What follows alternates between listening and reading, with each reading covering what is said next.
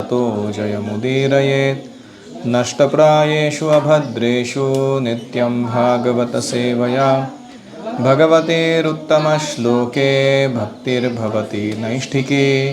कृष्णाय वासुदेवाय देवकीनन्दनाय च नन्दगोपकुमाराय गोविन्दाय नमो नमः। हरे कृष्णा। आज हम शुरू कर रहे हैं श्रीमद् भागवत महात्म्य। ये बहुत ही सुंदर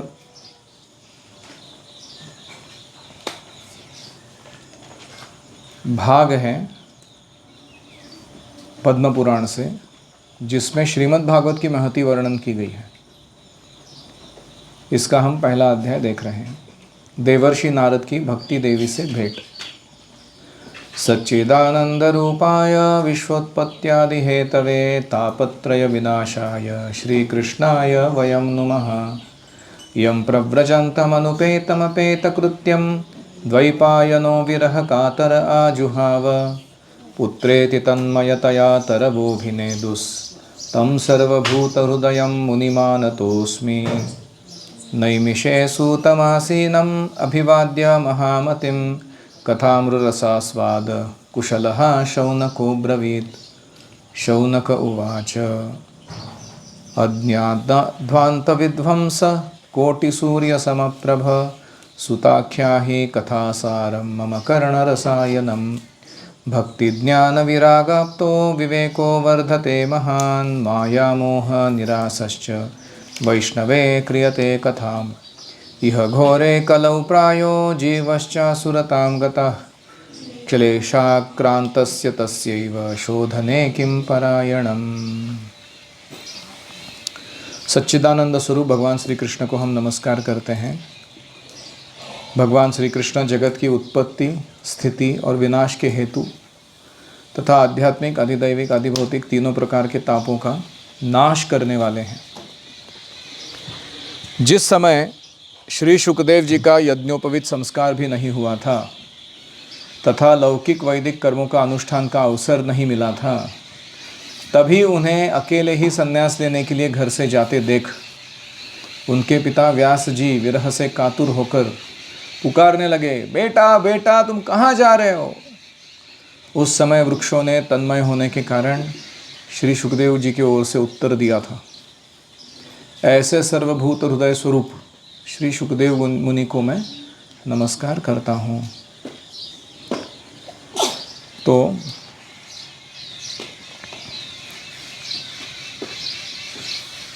शौनक जी बोलते हैं, एक बार भगवत कथामृत का रसास्वादन करने में कुशल मुनिवर शौनक जी ने नैमिषारण्य क्षेत्र में विराजमान महामती सूत जी को नमस्कार करके पूछा।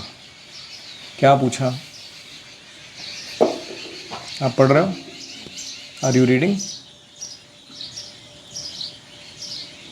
शौनक जी बोले, सूत जी, आपका ज्ञान अज्ञान अंधकार को नष्ट करने के लिए करोड़ों सूर्यों के समान है। आप हमारे कानों के लिए रसायन अमृत स्वरूप सार गर्भित कथा कहिए। Tell us the essence of Krishna कथा। भक्ति, ज्ञान और वैराग्य से प्राप्त होने वाले महान विवेक की वृद्धि किस प्रकार हो, वैष्णव लोग किस तरह इस माया मोह से अपना पीछा छुड़ाते हैं। इस घोर कली काल में जीव प्रायः आसुरी स्वभाव के हो गए हैं। विविध क्लेशों से आक्रांत इन जीवों का शुद्ध बनाने का सर्वश्रेष्ठ उपाय क्या है? So what are the 4 questions?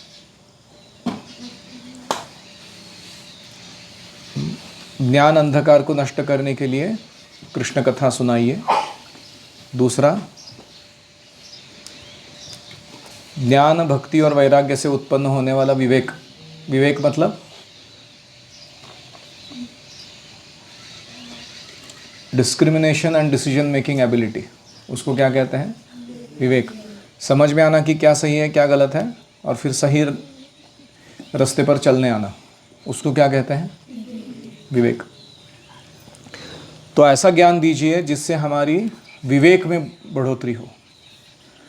ऐसा कोई है स्कूल कॉलेज में इन्फॉर्मेशन जो विवेक में बढ़ोतरी करा के देता हो? वैष्णव लोग किस तरह माया से अपना पीछा छुड़ाते हैं उसका वर्णन सुनाइए। कलियुग में लोग असुरी स्वभाव के हो गए हैं, उनको शुद्ध करने का उपाय क्या है वो भी बताइए। सूत जी, आप हमें कोई ऐसा शाश्वत साधन बताइए जो सबसे अधिक कल्याणकारी हो, पवित्र करने वालों में भी पवित्र हो, जो भगवान श्री कृष्ण की प्राप्ति करा दे। ऐसा साधन बताइए।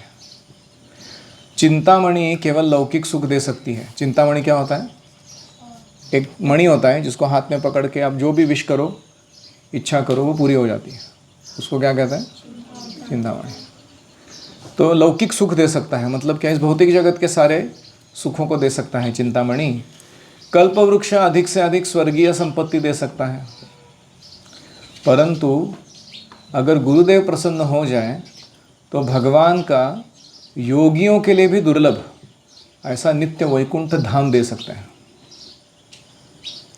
मतलब वो गुणगान कर रहे हैं सूत गोस्वामी का कि आप हमारे गुरु हैं, और जो चिंतामणि नहीं दे सकता लौकिक सुख, जो कल्पवृक्ष नहीं दे सकता स्वर्गीय सुख, वो आप दे सकते हो। वो कौन सा सुख है?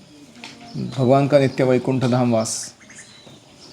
सूत जी ने कहा, शौनक जी, आपके हृदय में भगवान के लिए प्रेम है, इसलिए मैं विचार कर आपको संपूर्ण सिद्धांतों का निष्कर्ष सुनाता हूँ।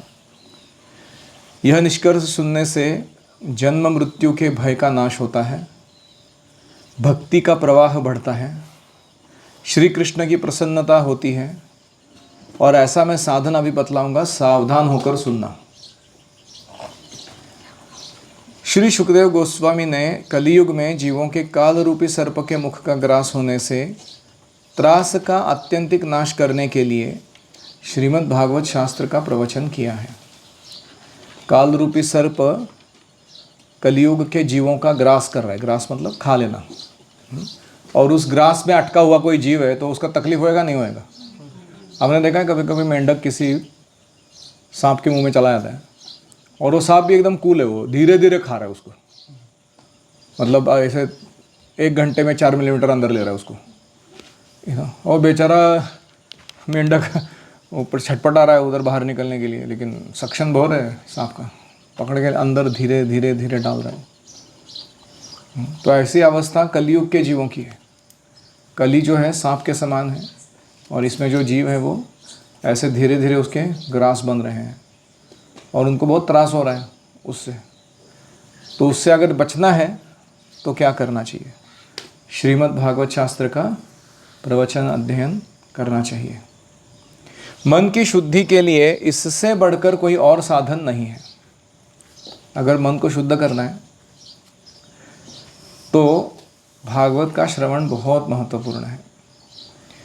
जब मनुष्य के जन्म जन्मांतर का पुण्य उदय होता है तो उसे भागवत शास्त्र की प्राप्ति होती है। जब सुखदेव जी राजा परीक्षित को यह कथा सुनाने के लिए सभा में विराजमान हुए, तब देवता लोग उनके पास अमृत का कलश लेकर आए। कथा के बीच में देवता अपना काम बना लेने में बड़े कुशल होते हैं, अतः उन सब देवताओं ने शुक मुनि को नमस्कार किया, आप यह अमृत लेकर बदले में हमें कथामृत का दान दीजिए। क्या कहा? स्वर्ग का अमृत ले लो, शरीर एकदम व्याधि मुक्त हो जाएगा, आयु बहुत लंबी हो जाएगी और सेंसेस का पावर कभी कम होएगा नहीं, जितना भोग करना है कर सकते हो। Nice proposal. वो बोल रहे कि ये ले लो, हमारे से अमृत ले लो स्वर्ग का, लेकिन हमें क्या दे दो? भागवत कथा दे दो। इस प्रकार परस्पर अदला बदली हो जाने पर राजा परीक्षित अमृत का पान कर लेंगे और हम भागवत रूपी अमृत का पान कर लेंगे। कहाँ इस संसार में कांच और कहाँ महामूल्य मणि, और कहाँ ये स्वर्गीय अमृत और कहाँ श्रीमद् भागवत की कथा।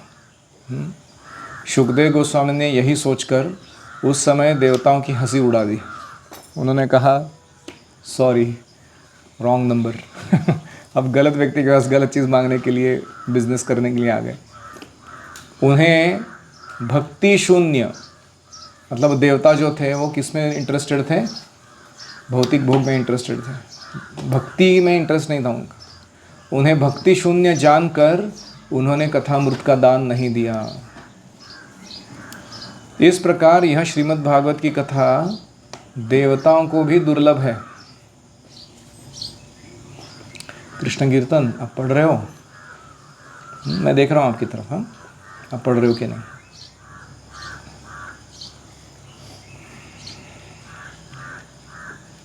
पूर्व काल में श्रीमद् भागवत के श्रवण से ही राजा परीक्षित की मुक्ति हुई। इसे देखकर ब्रह्मा जी को भी बड़ा आश्चर्य हुआ था। उन्होंने सत्यलोक में तराजू बांधा, सब साधनों को तोला। अलग अलग साधन है ना, कर्मकांड है, ज्ञान है, अष्टांग योग है, अलग अलग साधन है, वो सबको पलड़े में डाला। अन्य सभी साधन तौल में हल्के पड़ गए। अपने महत्व के कारण भागवत ही सबसे भारी रहा। मतलब भागवत का जो वेट था, श्रीमद् भागवत का, वो सब साधन, जितने भी साधन व्यक्ति कर सकता है अपने जीवन में खुद को खुश करने के लिए, रक्षा करने के लिए, मनोवांछित चीज़ प्राप्त करने के लिए, भगवान की तक प्राप्ति करने के लिए, जो जो साधन कर सकता है वो सारे साधन एक जगह, लेकिन उनका वेट किसके बराबर नहीं है? श्रीमद् भागवतम के जितना। यह देखकर सारे ऋषियों को बड़ा विस्मय हुआ। उन्होंने कलियुग में इस भगवत रूप भागवत शास्त्र को ही पढ़ने सुनने से तत्काल मोक्ष देने वाला है, ऐसा निश्चय कर दिया। सप्ताह विधि से श्रवण करने पर भागवत भक्ति प्रदान करता है। पूर्व काल में सनकादि ऋषियों ने देवर्षि नारद को श्रीमद् भागवत सुनाया था। यद्यपि देवर्षि ने पहले ब्रह्मा जी के मुख से इसका श्रवण कर लिया था, तथापि उन्होंने सप्ताह श्रवण की विधि बता दी।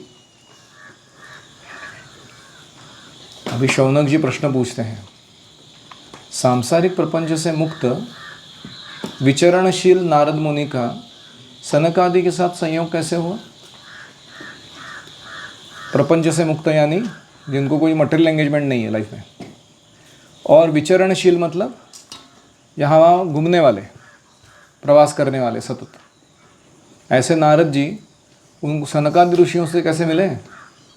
और विधि विधान के श्रवण में उनकी प्रीति कैसे हुई कि भागवत का विधि विधान क्या है, कैसे सुनना है, क्या नियम पालन करने हैं, इसमें उन्होंने इंटरेस्ट क्यों लिया?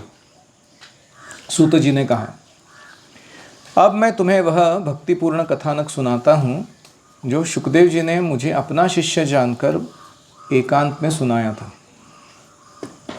एक दिन विशालपुरी में वे चारों निर्मल ऋषि सत्संग के लिए आए थे। वहाँ उन्होंने नारद जी को देखा। सनक आदि ऋषियों ने पूछा, सनक आदि ऋषि मतलब कौन है? ब्रह्मा जी के 4 पुत्र, सनक, सनातन, सनंदन, सनत कुमार, ये 4 नाम है उनके। तो इन्होंने नारद जी से पूछा, ब्राह्मण, आपका मुख उदास क्यों हो रहा है? आप चिंतातुर क्यों हो? इतनी जल्दी जल्दी आप कहाँ जा रहे हो? आप आए कहाँ से हो? आगमन कहाँ से हो रहा है? इस समय तो आप उस पुरुष के समान व्याकुल जान पड़ते हो जिसका सारा धन लुट गया हो। आप जैसे आसक्ति रहित पुरुष के लिए यह उचित नहीं, इसका कारण बताइए। तो नारद मुनि इज इन डिस्ट्रेस, और सनकादि ऋषि उनकी आकृति देखकर ही बोल रहे कि क्या हो गया, ऐसा क्यों हालत हुआ है आपका, वो बताइए। नारद जी ने कहा, मैं सर्वोत्तम लोक समझकर पृथ्वी पर आया। नारद जी को सारे वैकुंठ, सारे ब्रह्मांडों में विचरण करने का वर है। वो क्या बोल रहे हैं? सर्वोत्तम लोक समझकर मैं पृथ्वी पर आया, जिधर हम बैठे हैं। यहाँ पुष्कर, प्रयाग, काशी, गोदावरी, नासिक, हरिद्वार, कुर्म क्षेत्र, कुरुक्षेत्र, श्रीरंग, सेतुबंध आदि कई तीर्थों में इधर उधर विचरता रहा। मैंने बहुत भ्रमण किया अलग अलग तीर्थों का, किंतु मुझे कहीं भी मन को संतोष देने वाली शांति नहीं मिली सारे तीर्थों में घूमने के बाद। इस समय अधर्म के सहायक कलियुग ने सारी पृथ्वी को पीड़ित कर रखा है। सबसे बड़ा प्रभाव कली का कभी कभी धामों में ही दिखाई देता है। इतना डेंजरस है वो। आप कहीं जाते हो किसी धाम में, तो वहाँ के धामवासियों का या वहाँ के जो सामान्य गतिविधियाँ चल रही है उनका अगर बहुत सूक्ष्मता से ऑब्जर्वेशन करोगे, हो सकता है कि आपका भगवान के ऊपर से विश्वास उड़ जाए। इतना भयंकर कली का प्रभाव है। तो इसलिए वो कह रहे हैं कि कली ने सारे पृथ्वी को पीड़ित कर रखा है, धामों तक को नहीं छोड़ा, बाकी जगह का क्या कहें।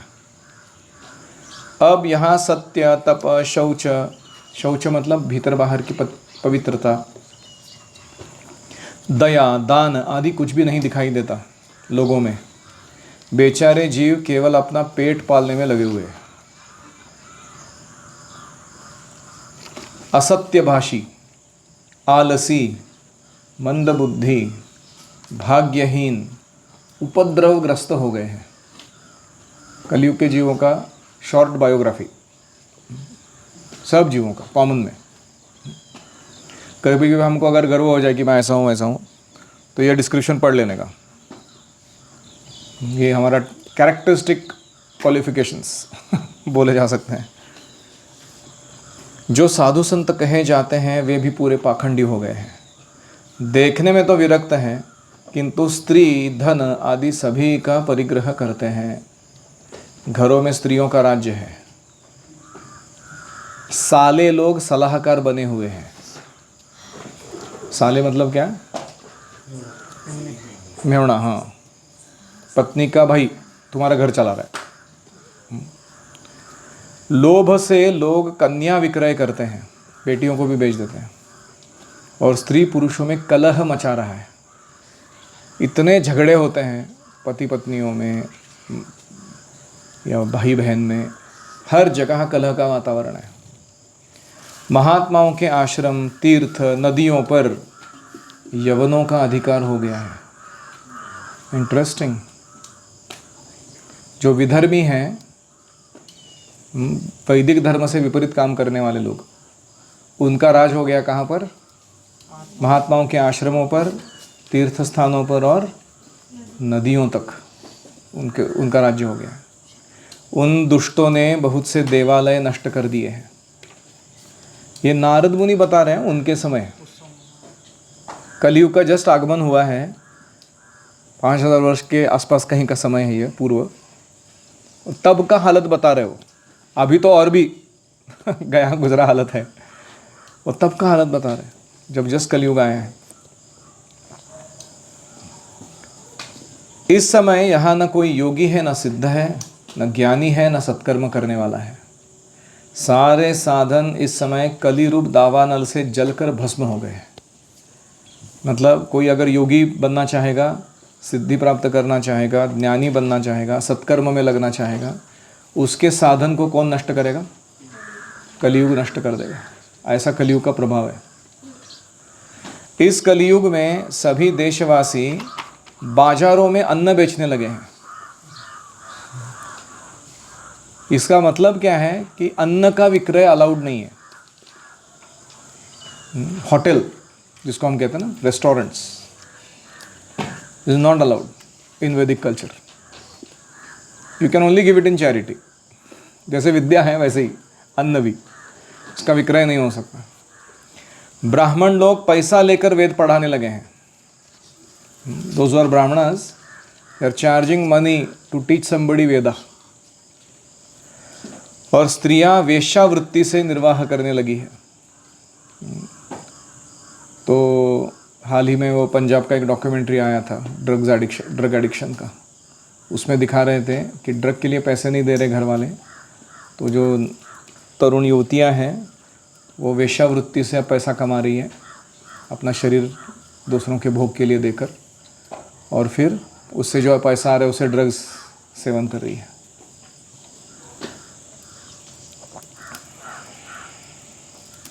इस तरह कलियुग के दोषों को देखता पृथ्वी पर विचरता हुआ मैं यमुना जी के तट पर जा पहुंचा, जहां भगवान श्री कृष्ण की अनेकों लीलाएं हो चुकी हैं। अभी नारद मुनि को क्या होप था, वृंदावन जाऊंगा, हाँ वहाँ का तो परिस्थिति कम से कम अलग होगा, है कि नहीं। बाकी सारे धामों का बुरा हाल है, ठीक है, मैं वृंदावन में जाता हूँ। मुनिवरों सुनिए, वहाँ मैंने एक बड़ा आश्चर्य देखा। वहाँ एक युवती स्त्री खिन्न मन से बैठी हुई थी। ये कौन है? भक्ति देवी। उसके पास दो वृद्ध पुरुष बैठे थे। वो अचेत अवस्था में पड़े हुए थे, जोर जोर से सांस ले रहे थे। कोमा में गए थे ना कोई व्यक्ति, ऐसा लंबा लंबा सांस। वह तरुणी उनकी सेवा करती, कभी उन्हें चेत करने का प्रयास करती कि जाग जाओ, और कभी उनके आगे रोने लगती कि उठ ही नहीं रहे ये लोग। वह अपने शरीर के रक्षक परमात्मा को दशों दिशाओं में देख रही थी।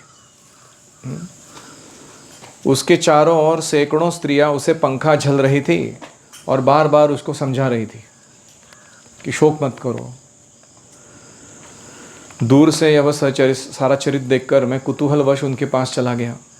मुझे देखकर वह युवती खड़ी हो गई और बड़ी व्याकुल होकर कहने लगी। बाला उवाच भो भो साधो क्षणं तिष्ठ मच्चित्तामपि नाशय दर्शनं तव लोकस्य सर्वथा घरं परम। युवती ने कहा, अजी महात्मा जी, क्षण भर ठहर जाइए, मेरी चिंता को नष्ट कर दीजिए। आपका दर्शन तो संसार के सभी पापों को सर्वथा नष्ट कर देने वाला है। आपके वचनों से मेरे दुख की भी बहुत कुछ शांति हो जाएगी। मनुष्य का जो बड़ा भाग्य होता है, तभी वो आपके दर्शन हुआ करता है उसको। नारद जी कहते हैं, मैंने उस स्त्री से पूछा, देवी तुम कौन हो? ये दोनों पुरुष तुम्हारे क्या लगते हैं? तुम्हारे पास एक कमल नयनी देवियाँ कौन हैं? विस्तार से अपने दुख का कारण बताओ। युवती ने कहा, मेरा नाम भक्ति है। ये ज्ञान और वैराग्य नामक मेरे दो पुत्र हैं। समय के फेर से ही ये ऐसे जर्जर हो गए। ये देवियाँ गंगा जी आदि नदियाँ हैं। ये सब मेरी सेवा करने के लिए यहाँ आई हैं। इस प्रकार साक्षात नदी देवियों के द्वारा सेवित होने पर भी मुझे सुख शांति नहीं है। हे तपोधन, ध्यान देकर मेरा वृत्तांत सुनिए। मेरी कथा वैसे तो प्रसिद्ध है, फिर भी उसे सुनकर आप मुझे शांति प्रदान करें। अभी भक्ति देवी अपने लाइफ स्टोरी बताने लगती है। उसका इस धरातल पर प्राकट्य कहाँ हुआ, वो कहाँ से आई इत्यादि। वो कहती है, मैं द्रविड़ देश में उत्पन्न हुई। द्रविड़ देश कौन सा देश है? South India. साउथ इंडिया में स्पेसिफिकली जो देश जहाँ पवित्र नदियाँ बहती हैं, जैसे कावेरी या कृष्णा, तो ये नदियों के उद्गम स्थान या वहाँ का जो चलने का नदियों का प्रवाह का प्रदेश है, उसमें भक्ति उत्पन्न हुई। फिर वो कहते हैं, मैं कर्नाटक में बढ़ी। कर्नाटक देश में मेरा जो जन्म से लेके जो वृद्धि होता है वो हुआ। कहीं कहीं महाराष्ट्र में मैं सम्मानित हुई, किंतु गुजरात में मुझे बुढ़ापे ने आ घेर लिया। वहाँ घोर कलयुग के प्रभाव से पाखंडियों ने मुझे अंग भंग कर दिया। चिरकाल तक यह अवस्था रहने के कारण मैं अपने पुत्रों के साथ दुर्बल और निस्तेज हो गई। अब जब से मैं वृंदावन आई हूँ, तब से पुनः परम सुंदरी रूपवती नवयुवती हो गई हूँ, किंतु सामने पड़े हुए मेरे दो पुत्र थके मांदे दुखी हो रहे हैं। मैं यह स्थान छोड़कर अन्यत्र जाना चाहती हूँ। ये दोनों बूढ़े हो गए हैं, इसी दुख से मैं दुखी हूँ। मैं तरुणी क्यों, और ये मेरे दोनों पुत्र बूढ़े क्यों?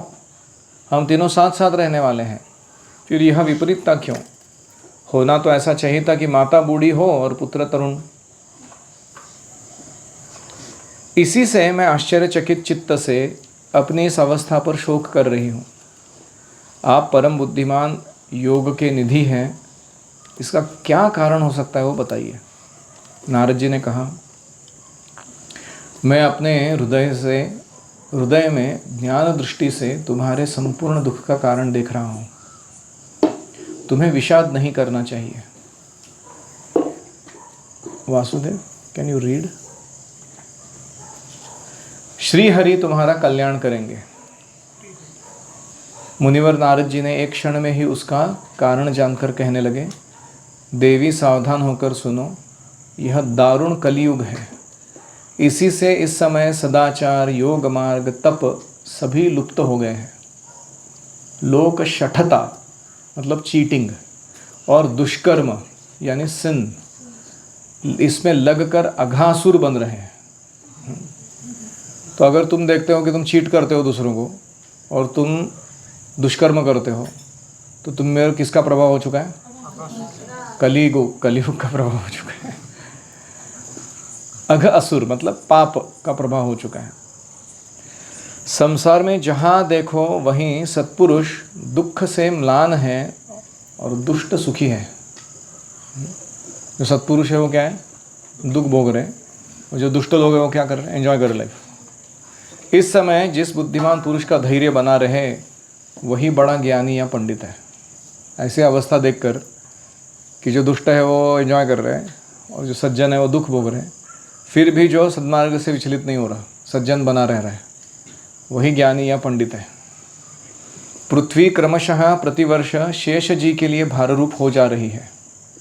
शेष जी के ऊपर भूमंडल का जो पूरा भार है, अलग अलग 7 निम्न लोकों का, तो उनके ऊपर वो भार बढ़ता जा रहा है। किसका भार होता है शेष जी को? झूठ बोलने वाले लोगों का और पाप करने वाले लोगों का भार होता है। तो इसलिए अब यह छूने योग्य तो क्या, देखने योग्य भी नहीं रही है पृथ्वी। हाँ, पहले कैसा था? अभी भी गांव में हम देख सकते हैं, पृथ्वी को स्पर्श करके आनंद होता है ना। अब सिटी में जाओ, सब जगह थूका हुआ है, गटर बह रहे हैं, ये हो रहा है, और ज़मीन को स्पर्श करने का मन भी नहीं करता किसी को, स्पर्श योग्य भी नहीं रही। और इसमें ना मंगल दिखाई देता है पृथ्वी में कहीं। अब किसी को पुत्रों के साथ तुम्हारा दर्शन भी नहीं होता। विषय अनुराग के कारण अंधे बने हुए जीवों से उपेक्षित होकर तुम भी जर्जर हो रही हो। जब मानव जाति भगवान की भक्ति छोड़कर विषयों में, सेंस ग्रेटिफिकेशन में अनुराग, प्रेम दिखाने लगती है, तो भक्ति देवी की ऐसी अवस्था हो जाती है। ये कारण है। वृंदावन के संयोग से तुम फिर नवीन तरुणी हो गई हो, अतः यह वृंदावन धाम धन्य है जहाँ भक्ति सर्वत्र नृत्य कर रही है। परंतु तुम्हारे इन दोनों पुत्रों का यहाँ कोई ग्राहक नहीं। वृंदावन में कस्टमर ही नहीं है ज्ञान और वैराग्य के लिए, इसलिए इनका बूढ़ापा नहीं छूट रहा। यहाँ इनको कुछ भगवत स्पर्श जनित आनंद की प्राप्ति होने के कारण ये सोते से जान पड़ते हैं। मतलब ये आनंद में है, आत्मसुख तो मिल रहा है कम से कम उनको, लेकिन वो एक्टिव नहीं है वृंदावन में। भक्ति ने कहा, राजा परीक्षित ने इस पापी कलियुग को क्यों रहने दिया? मार क्यों नहीं डाला इसको? इसके आते ही सारे वस्तुओं का सार न जाने कहाँ चला गया है। मतलब गाय के दूध का सार, उसकी पोषकता। अभी क्या दूध पी रहे हैं हम लोग? ये जो जर्सी गाय, सार ही नहीं है उसमें कुछ दूध में। ऐसे ही जो अलग अलग वनस्पति औषधियाँ हैं, उनका भी सार कम होते जा रहे हैं। करुणा में श्री हरि से भी यह अधर्म कैसे देखा जा रहा है? भगवान ऐसे कैसे सहन करते हैं इस कलियुग को? मार क्यों नहीं डालते इसको? हे मुने, मेरा यह संदेह दूर कीजिए, आपके वचनों से मुझे बड़ी शांति मिल रही है। अभी नारद मुनि क्या कहते हैं कल देखेंगे। किसी का कोई प्रश्न है? Any reflections?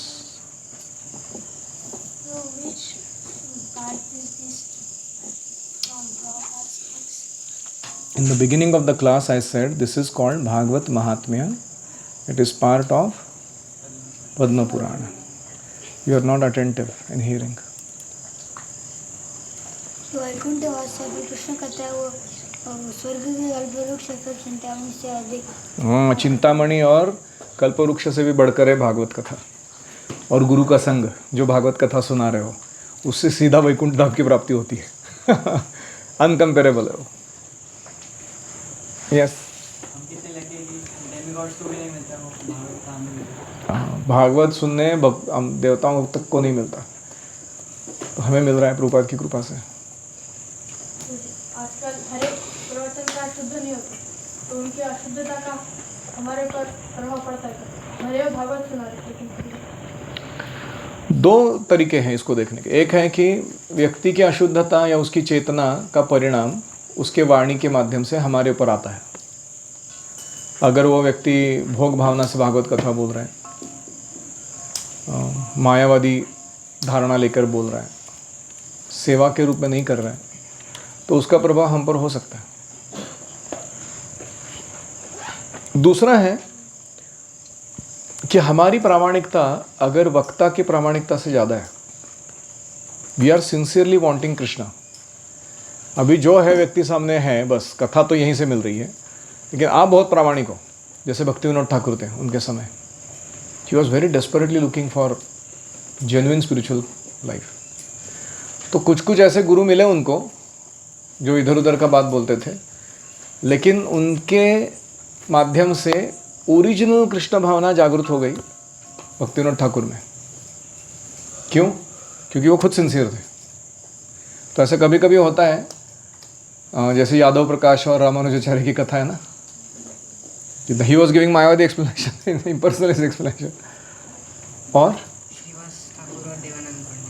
हाँ, श्रीवास ठाकुर और देवानंद पंडित, वो भी सिमिलर है कथा। Devananda Pandit was not pure devotee, but Srivas Thakur was pure devotee. He would go and sit in that katha and you would release Krishna consciousness. तो ऐसा कभी कभी हो सकता है।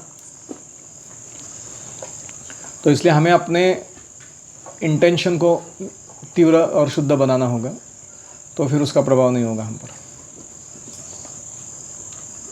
हम ये मान के चल सकते हैं कि जो भी इस्कॉन के अंतर्गत से कथा करते हैं, अगर वो 16 माला कर रहे हैं, 4 नियम ठीक से पालन कर रहे हैं, प्रभुपाद जी के ग्रंथों का अध्ययन करके उनके ही वचनों को वापस दोहरा रहे हैं, भले वो शुद्ध भक्त ना हो, उनसे आने वाली कथा जो है वो परंपरा के द्वारा आने के कारण वो पोटेंट है, वो उसमें शक्ति है। यस, पद्म पुराण या कोई तो और पुराण, उसके अंदर बताया कि अगर कोई व्यक्ति कोई मध्यम सी व्यक्ति है, भगवत कथा कर रहा है, तो सर्प की तरह है जो दूध को छू लेता है। करेक्ट। अवैष्णवोन्मुखोद्गीर्णं पूतं हरिकथामृतं श्रवणं नैव कर्तव्यं सर्पोच्चिष्टं यथा पयः। सांप के छूने से दूध पॉइजन बन जाता है, उसको हमें पीना नहीं चाहिए। ऐसे ही अवैष्णव के मुख से हरि कथा नहीं सुननी चाहिए। हमें शहर में नहीं रहना चाहिए, हमें गांव में रहना चाहिए। क्यों? क्योंकि शहर में इधर गटर खुला है। शहर में गंदा वातावरण होता है, गांव में अच्छा वातावरण होता है। ठीक है। और वो गांव में जाके क्या करना चाहिए? मोबाइल खेलना चाहिए, पबजी। क्या करना चाहिए गांव में जाके? फार्मिंग करना चाहिए। गौ सेवा, कृषि और भागवत। टॉपिक चल रहा है ना यहाँ पे, रोज भागवत सुनना चाहिए। यस। ब्राह्मण लोग पैसे लेके वेद क्यों पढ़ाते हैं? ब्राह्मण पैसे लेके वेद क्यों पढ़ाते हैं? क्योंकि ब्राह्मणों के पास उनके उपजीविका के लिए कोई संसाधन बचता नहीं है, तो वेदों का विक्रय करके कमाना शुरू करते हैं। आजकल देखो ब्राह्मणों की बुरी हालत है, उनको समाज में कोई सम्मान नहीं देता, उनके ज्ञान का सब लोग मजाक उड़ाते हैं, उनके लाइफस्टाइल का, और उनको खाने के लेने देने हैं, उनके घर में वो चलाएंगे कैसे अपना परिवार को? तो कभी कभी हम किसी मंदिर में जाते हैं तो वहाँ के पांडा लोग होते हैं या पुजारी लोग होते हैं, वो पैसे के लिए पीछे पड़ जाते हैं हमारे, या फिर ऐसे वेदों का विक्रय करके वो थोड़े पैसे कमाना शुरू करते हैं। तो ऐसी नौबत आ जाती है, पापी पेट का सवाल है। इसलिए इसका मतलब ये नहीं कि बाकी वर्ण के लोगों में कुछ दोष नहीं है, सिर्फ ब्राह्मणों में है, उनका तो बहुत बुरा हाल है। लेकिन इनको ज़्यादा करके बोला गया है क्योंकि ब्राह्मणों का रिस्पॉन्सिबिलिटी है समाज को सही ज्ञान देना और समाज से आने वाले संसाधनों को इंद्रिय तृप्ति में नहीं लगाना, उससे भक्ति का वर्धन करना और लोगों को भक्ति के लिए प्रेरित करना, ये उनका स्पेशल काम है।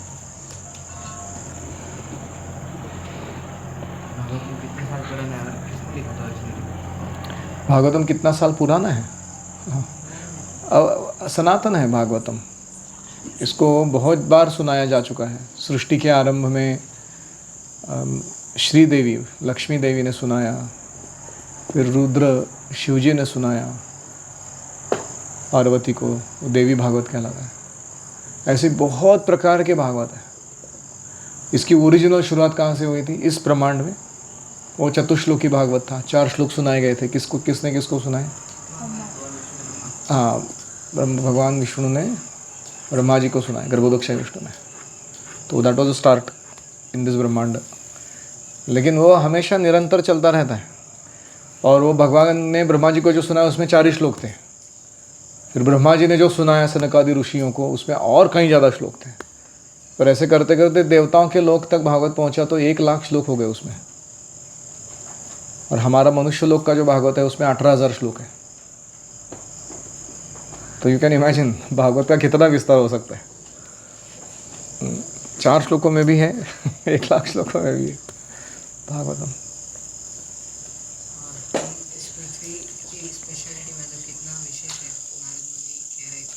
नारद मुनि has traveled the whole world. He is giving the tourist report. No place like पृथ्वी। हम कितने भाग्यशाली हैं।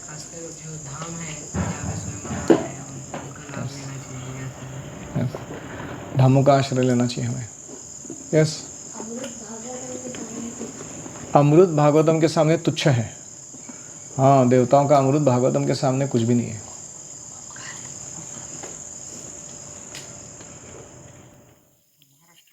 सम्मान मिला भक्ति को, अच्छा लगा। हम महाराष्ट्र के, हाँ, महाराष्ट्र के लोग हैं हम लोग, तो हमको थोड़ा अच्छा लगा भक्ति देवी को सम्मान मिला करके। यहाँ की भी संत परंपरा बहुत अच्छी है महाराष्ट्र का।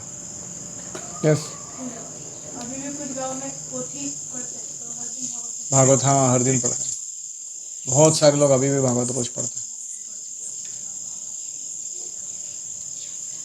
हैं। अभी रिसेंटली मैंने किसी का इंटरव्यू लिया दीक्षा के लिए। वो माता जी, उनको कुछ तो फ्रैक्चर है, कुछ तो हो गया था, बेड से उठ नहीं पाती थी। वो दिन भर भागवत पढ़ती थी। वो कितना घंटा? 7-8 घंटा पढ़ती थी रोज। कुछ करने के लिए नहीं है, भागवतम पढ़ो दिन भर। क्या रस मिलता रहेगा उनको। तो एक रिफ्लेक्शन ये भी है, कोई कहेगा आप लोग गुरुकुल चलाते तो पैसे ले रहे हो, उसका क्या? आप भी तो वेदों का विक्रय कर रहे हो। फिर how would you answer that?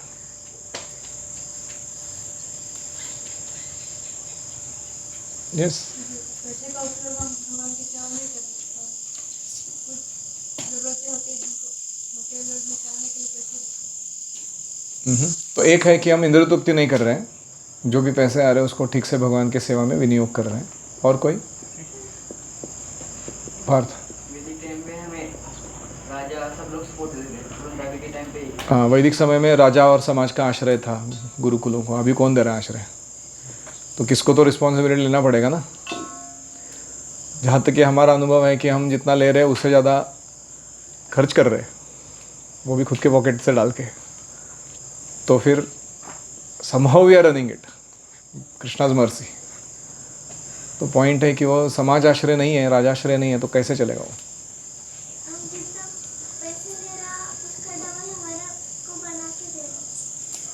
पैसे डबल बना के दे रहे हैं हम किसको? अच्छा, जो जितना हम पैसा ले रहे हैं उससे डबल काम कर रहे हैं हम लोगों के लिए।